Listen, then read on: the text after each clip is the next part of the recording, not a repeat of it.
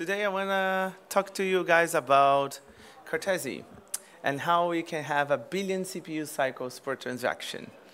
And what does it even mean, right? Like, how can this be possible? And why is it useful for us? I want to make also like a statement of why we need content scalability and how this is possible through the usage of what we had before for so many years in software industry, the development of the software industry. So the agenda for the presentation today, I'm going to go quickly over what is Cartesi. I'm going to give a quick intro to Cartesi rollups, a little bit of how the architecture looks like, the external interfaces you're going to be integrating with if you're using Cartesi, and what is the role of Linux there. And finally, I'm going to show a little bit of what other projects have done with Cartesi, just to showcase a little bit of what's possible. So to begin, as a quick sneak peek of a simple smart contract using Python. I know it's a little bit too much right now to just grasp at once, but I just want you guys to have an idea of what's going to make sense pretty soon. Basically, here we have a Echo Python application, meaning whatever you send to it, it replies back. Nothing too much. The idea is just to show the usage of the API. And to your side, it is a Python application. And you see you're just using basic libraries. You're just doing basic post requests. And that is all you need to create a smart contract right now. OK, moving on to Cartesi. So we have the great trilemma that everybody's so used to by now, I guess. And that's why we're having layer 2s. Ethereum was great to give us compatibility over with a lot of security and decentralization, but we are lacking so much on the scalability point of view. And Rollup brings a new narrative, the narrative of using Ethereum as a judge, not as the world computer anymore, not as much. And Cartesi moves it forward asking, what if we can have the great security guarantees and decentralization of Ethereum, but with great tooling and bringing back the complex computations that we are used to have in the Web 2 world? And to have that, we have a two-part solution. Some people are already used to this. You have application-specific in one side of it, meaning you have your own little network per dApp. So for people who are not familiar, Ethereum is a general network, meaning every application is sharing the resources of the network. And many rollups go that way as well. But you can do a rollup per dApp, meaning you won't have the resources limitations. You won't be sharing these resources among all the applications that want to interact with each other. And that is good, because it gives us freedom to do the second part of the solution, which is not to reuse the EVM execution environment for the newer applications. Instead, to use what we are used to have. Like in this case, we are using RISC-V. Think of it as an open source for processors. So it is an instruction set that is as complete as Intel, AMD. You can run an OS on top of it. And we are running Linux, of course. So what this solution comes, when these two things come together, basically what you have is a Linux server as a rollup, in a way. And this is what it looks like. You go back to understanding and really like seeing how EVM tooling is just like playing with pliers, trying to do every kind of task. You can accomplish much using the plier, but it is not the best way to resolve all kinds of issues. And when you use Cartesi, you go back to having the full tool set. You have all the IDEs, debuggers, security tools developed for so long, all the other libraries and frameworks, and you don't need to be reconstructing everything that other developers have been building and distributing for free for so long. And to build a dApp on Cartesi really is to just do a Docker build. So you have the emulator of Cartesi already being baked into one of the images. And you're using RISC-V as the base. Whatever you produce as binary here can be assembled together with the Cartesi machine, and you can run that. It's just that simple. So what happens is you feel like Ethereum is not looking towards solidity as much anymore. We've been seeing other projects looking to WebAssembly, looking towards having other languages as well, because everybody's starting to understand we also need content scalability. We need to be able to express more, coding less. And if you have an OS, you couldn't be more close to it than by using an OS, because now you can really reuse all the tools and libraries, frameworks, again, that has been built for so long for the Web2 ecosystem. So in order to have somewhat of a comparison and to make sense of this, we are going to take one Ethereum block. And at most, and we're going to be very generous with Ethereum here, you can have 30 million gas on a single block, paying extra for that, but you can have it. And the least expensive but still useful opcode is add. You cannot have a full transaction with add instructions, but if you could, you would have 10 million instructions being executed in a single block. Okay, what does it take to boot Linux? To boot Linux with much more complex instructions, you need 36 million CPU cycles. So you're never really booting or verifying Linux on chain. And people might even ask, what's the point, right? But besides the point is, how does it hinder us from doing extra interesting things if this is not even on the picture? And by using the block as a comparison, we can say the block is on average 13 seconds.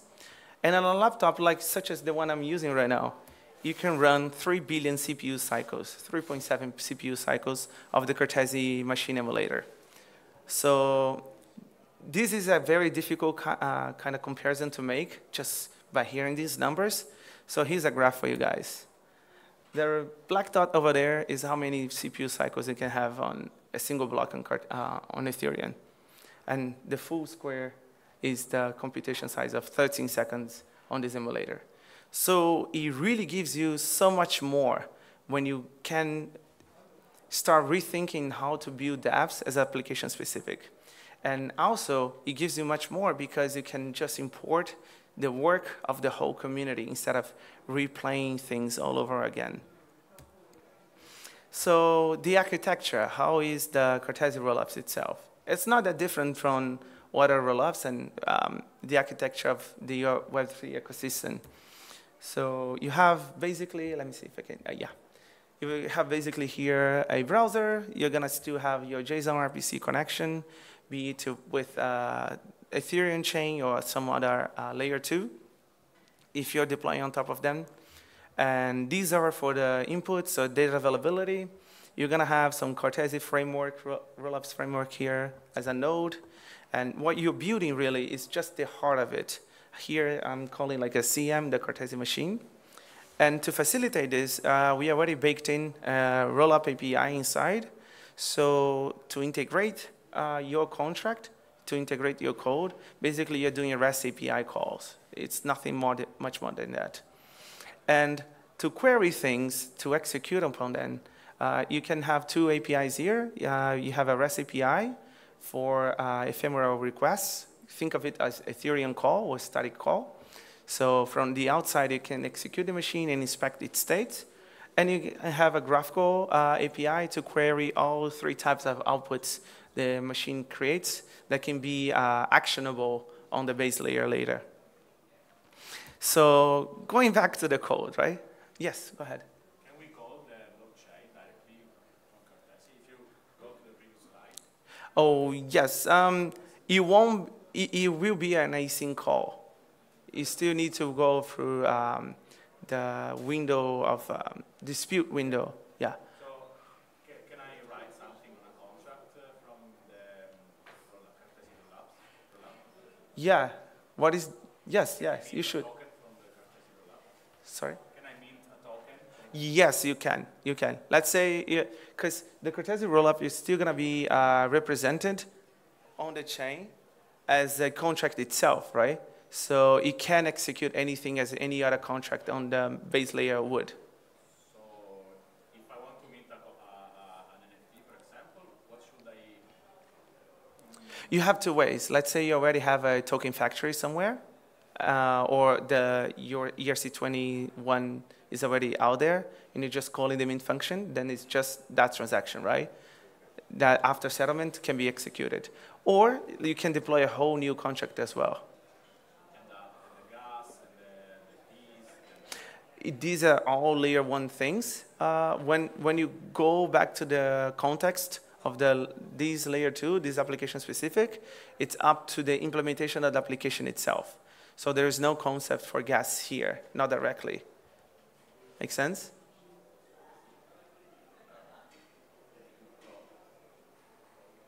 So for instance, you're still going to be paying gas as layer one inputs, just for the data. But you're not going to be paying for the execution itself. Maybe like if I'm in the Cartesi machine, so I need to run, can I run hard within it and then make some calls to... Oh, you can. You can. But then... Put a private key inside. You shouldn't put a private key there, because then this is transparent, right? This is a framework here. So everybody who is participating on the dApp basically should ideally be running their node as well, not just trusting a third party. By then, everybody has access to that private key as well. So it's really like there is a contract here on the base layer. Let me see if I can, yeah. On the base layer that represents the whole rollup, the consensus and everything. And from this contract, it can execute transactions from that address. That's going to be the alias of it. And then by the consensus, it can create any kind of transaction. So through the computation, if the computation, it can be a Python code saying, do send some ether to somebody. That thing is going to go through settlement, and eventually it's actionable. You can call on the contract saying, hey, I have here, we call it vouchers. I have here a voucher. I want to claim the voucher, so it becomes a transaction. It's like you prepare the transaction and then someone needs to sign it. No. Yeah, from the external side, yes, somebody's still signing it. Other people might think of it like as the sequencer or as the validator node always doing the checkpoint. It might be just the user. If it is a game, they want to take their money out. It might be the user, they get the voucher and sign the transaction out. But it still needs to be validated by the consensus, right? Yeah, we have macro proofs of the validity of the voucher. So onto the code, you're going to see something similar to that. On the left side, we have a mini curl that we created to facilitate things. Think of it as an MVU cast, the Forge cast, I mean. And we are sending a payload hello, and we are getting a new notice. And notices are just Ethereum events that are provable. Different from the Ethereum events that you cannot really prove anything about them. People just know they are true because they are running the node themselves. These notices, they come with a Merkle proof. Okay, and on your right side, you have the code. Fast forwarding, because we use some of the time for the questions. What you're going to see is like we have two main states of the execution of the contract, of the machine itself. We are telling you through the framework in which state you are. If you are receiving a request in an inspect state, it means you're going to be reverting back. You cannot change the state. It's like a Ethereum call. You can mess with the storage. It's not going to be there. It's going to be rolled back. And there is the advanced state. Because this is an input, it's going to be executed as advanced state. So you enroll the request JSON body. You inspect the thing. You see that it is a request type of advanced state. You go to the handler. So at the top level handler, you can implement as many as you wish. It really feels like an API. And then you're going to go to the function over there, line 6. There at line 7, we are getting the payload we just received and copy into a new notice that's going to be created. And finally, we hit the endpoint notice. And just by hitting this endpoint, it's going to be creating this event I was talking about. And you don't need to do anything else. You just see that the response was 200, just like any REST API. If it is 200, you return accept. And here's one of the nicest features of the framework. Because you're dealing with this API, if you were to call line 24, finish, without being accept status, it means you're throwing. It's like you're reverting your whole transaction just like you would on IVM. So that gives you an easy way from any kind of language to control the state of the machine. Are you progressing? Was anything wrong with this input and you can't process it? So you always have a good state of the machine going forward. But it was as simple as just integrating with the REST API instead of having to learn all the languages. Oh, 2 minutes, guys. So to go over, you can further decentralize your dApps, express a more complex logic without making your code more complex. It's easier in the future when you have a successful project to even board new developers from the Web2 ecosystem because they're going to know the language already. About the POCs, really quickly, I'd love to talk much more about them, but ETH Lisbon, this lady wanted to do a verifiable chat GPT, and she ported a Stanford Alpaca model inside the Cartesi machine, and she proved that you can have verifiable prompts and the outputs running this on the Cartesi machine. And the second guy, he created a system. It was a proof of concept to have biometrics check in and check out, for instance, like as in a workplace. And what he does here, there's two things that are interesting. First one is he uses OpenCV, very common framework for computer vision. He just needed to import it, and he can verify that that's the fingerprint of a person, a specific person. And also he used a machine learning model that he trained to test whether or not the fingerprint was spoofed. You can check much more at this Rollup Lab site. There's many projects that have been built for Cartesi so far. At here, we are going to have like 10,000 prize pool. First place, 5,000. Oh, typo there, guys. Oh, that was the idea, so I'm sorry. 5,000 prize pool. And there was a few more things I wanted to discuss with you, but I guess I can't, so I don't have much time anymore. I wish to see you guys out there. I'm going to be at the table or the recharge station there. You should get a massage there, guys. It's really good. Thank you.